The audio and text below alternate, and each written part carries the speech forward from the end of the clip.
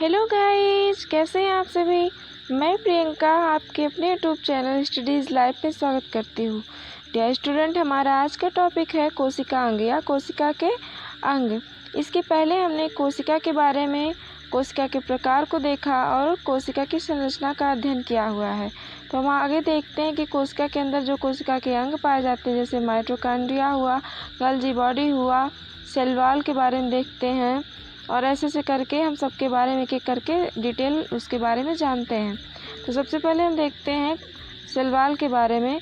तो ये सिर्फ प्लांट सेल में पाया जाता है, जो कि सेलुलोज का बना होता है और ये मजबूती और मोटी छिद्री युक्त तथा निर्जीव होता है। ये कौन? Cell wall. और ये 3 प्रकार का होता है, प्राथमिक, द्वितीयक और तृतीयक लेयर। जैसे अगर सेल वॉल की बात करते हैं तो जैसे प्राइमरी, सेकेंडरी और टर्शियरी तीनों लेयर होते हैं। तो इसको देखते हैं तो प्राथमिक जो लेयर होता है ये सेलुलोज का बना होता है, लेकिन कवक की बात करते हैं तो उसमें काइटिन का बना होता है।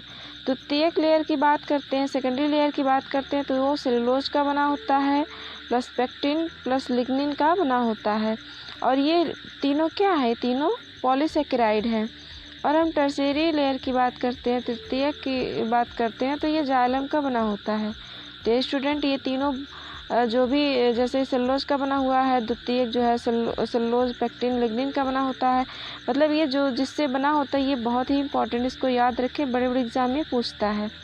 अगर इसके कार्य की बात करते हैं तो पौधों को संरचनात्मक मजबूती प्रदान करता है और यह पौधों में गति में मदद करता है।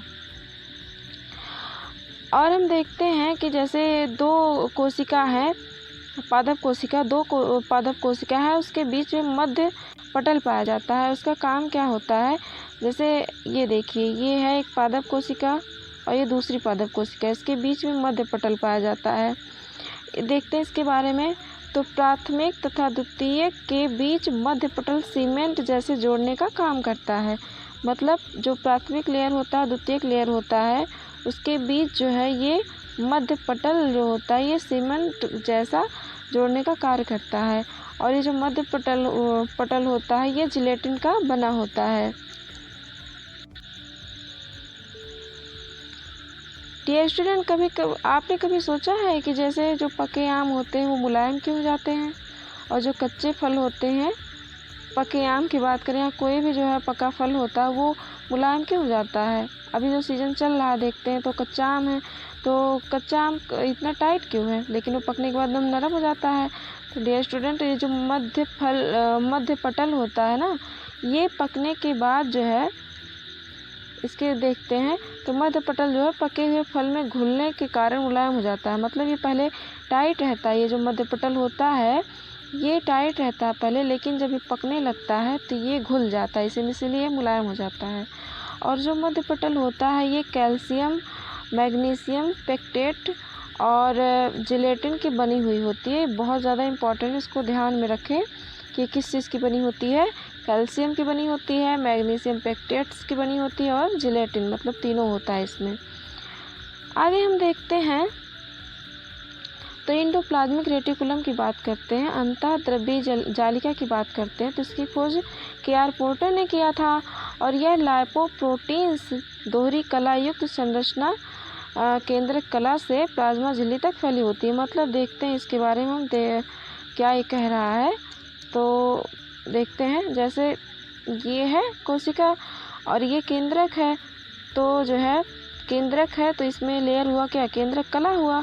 तो यहाँ से ले करके ऐसे करके ऐसे स्ट्रक्चर यहाँ तक फैला हुआ होता है, ऐसे करके।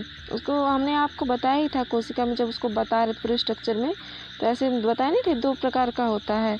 तो यही एंडोप्लाज्मिक रेटिकुलम है, ये जो है केंद्रक कला से ले करके कोशिका कला तक फैला हुआ होता है या प्लाज्मा झिल्ली तक फैली हुई होती है। फिर ये 2 प्रकार का होता है, एक स्मूथ एंडोप्लाज्मिक रेटिकुलम, दूसरा रफ होता है। डियर स्टूडेंट, अगर जैसे एंडोप्लाज्मिक रेटिकुलम है उस पर ऐसे छोटे छोटे कण है जो कि राइबोसोम के होते हैं, अगर ये राइबोसोम पाया जाएगा तो ये रफ रहेगा। तो जो है उसे रफ एंडोप्लाज्मिक रेटिकुलम कहेंगे। लेकिन जिसमें राइबोसोम नहीं पाया जाएगा वो स्मूथ एंडोप्लाज्मिक रेटिकुलम होगा। तो स्मूथ एंडोप्लाज्मिक रेटिकुलम का काम क्या है, ये वसा का निर्माण करता है। लेकिन जो रफ एंडोप्लाज्मिक रेटिकुलम है ये प्रोटीन का निर्माण करता है। इसको बहुत ही ध्यान में रखें, बहुत सिंपल है। जैसे राइबोसोम क्या करता है, प्रोटीन का निर्माण करता है। तो जहाँ पे राइबोसोम पाया जाएगा वो प्रोटीन का निर्माण करेगा। तो प्रोटीन किस पे पाया जाएगा, रफ वाले पाया जाएगा, तो उस पर प्रोटीन का निर्माण करेगा। लेकिन जहाँ नहीं पाया जाएगा वहाँ पे वसा का निर्माण करता है। और इसकी कार्य की बात करते हैं तो ये कोशिका को यांत्रिक शक्ति देता है, जिसे कोशिका का कंकाल कहते हैं। तो देखते हैं डियर स्टूडेंट, जैसे हमारी बॉडी में जो हमारा कंकाल होता है, बोन की बात करते हैं, तो हमारे शरीर का क्या देता है, हमारे शरीर का स्ट्रक्चर प्रदान करता है ना। वैसे कोशिका में जो है एंडोप्लाज्मिक रेटिकुलम इसके स्ट्रक्चर को बनाता है। फिर हम देखते हैं राइबोसोम के बारे में। तो राइबोसोम की खोज पैलाडी ने किया था और नोमुरा ने लैब में सबसे पहले संश्लेषित किया था, किसको, राइबोसोम को। और इसकी आकृति डमरू की आकृति या गोलाकार संरचना है, जिसका व्यास जो है 140 से लेकर 160 एंगस्ट्रॉम का होता है। और इसका निर्माण केंद्रिका में होता है। अब केंद्रिका की पोजीशन अगर हम देखते हैं तो केंद्रिका जो है, जैसे एक सेल है और सेल के अंदर केंद्रक है, केंद्रक के अंदर केंद्रिका है, तो केंद्रिका में राइबोसोम का निर्माण होता है।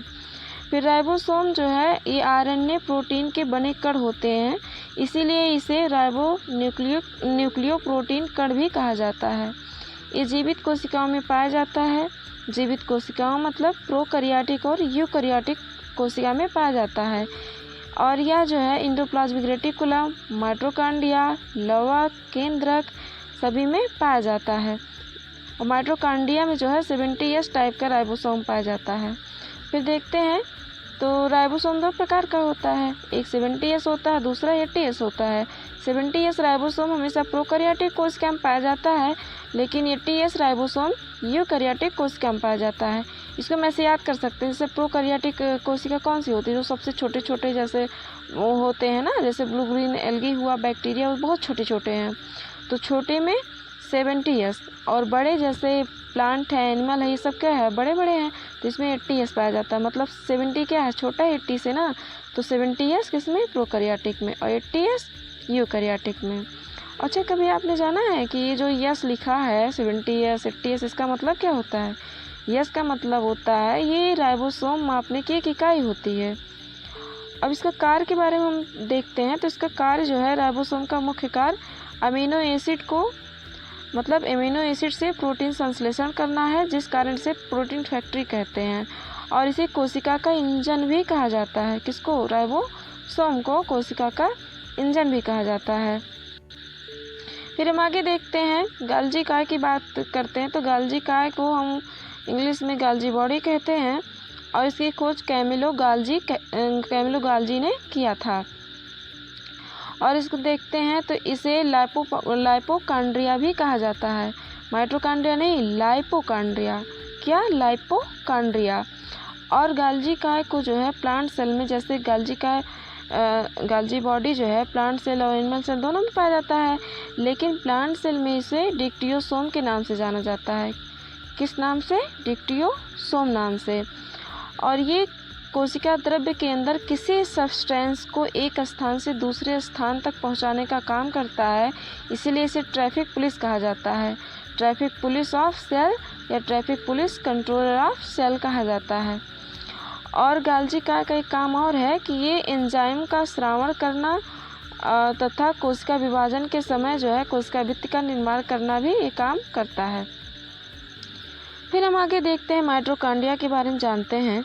तो माइटोकॉन्ड्रिया की खोज कोलिकर ने की थी और इसे सबसे पहले बायोप्लास्ट नाम अल्टमान ने दिया था और माइटोकॉन्ड्रिया नाम जो है सी बिंडा ने दिया था।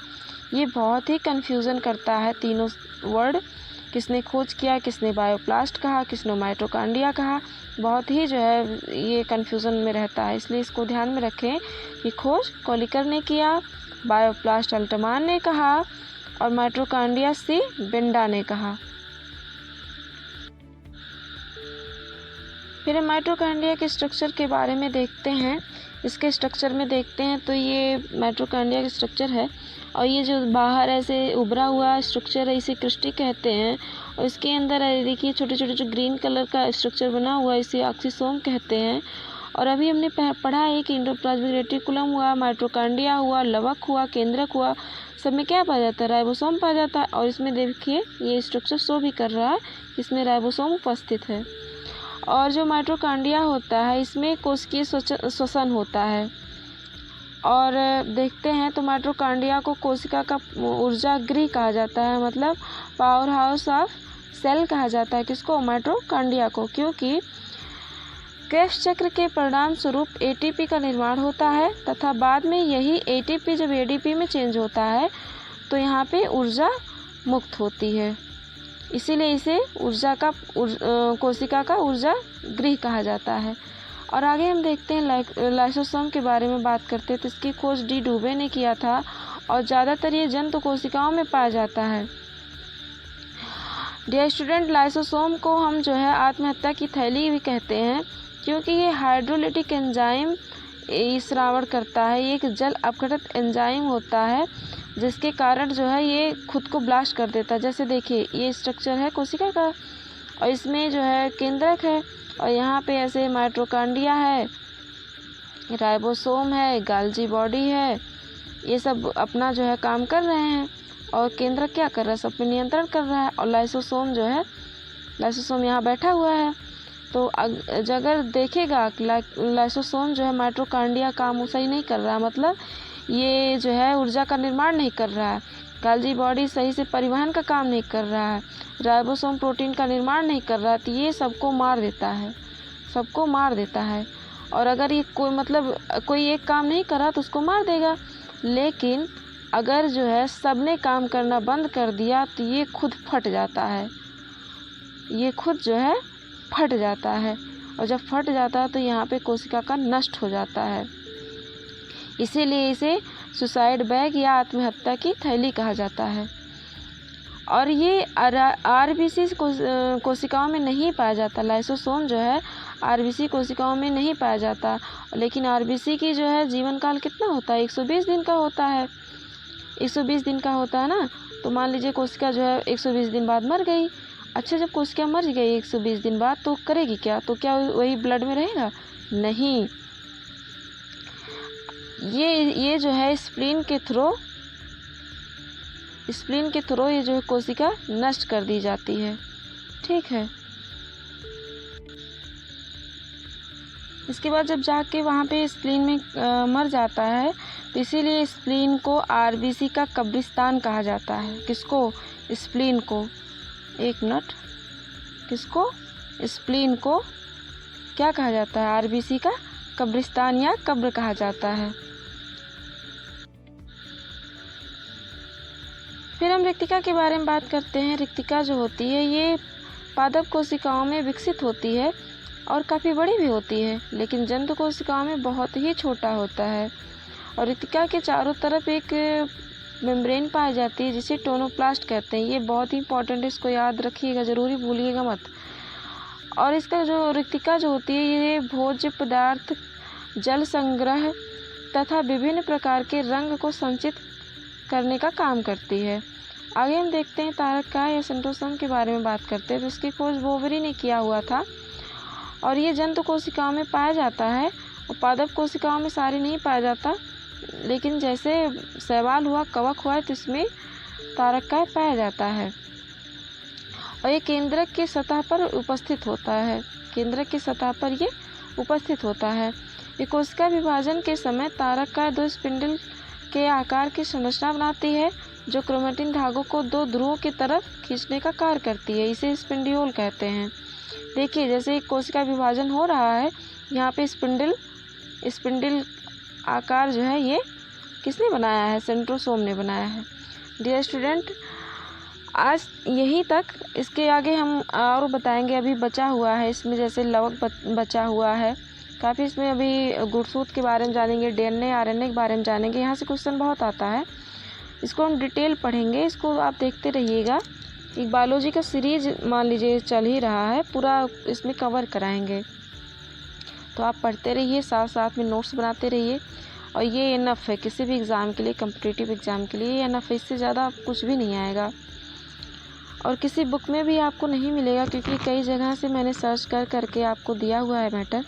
तो प्लीज़ आप इसको, जो भी आपको लगता है समझ में आता है तो उसको बताएं, और अगर कोई कमी हो भी रही तो उसको भी बताएं ताकि सुधार करें हम।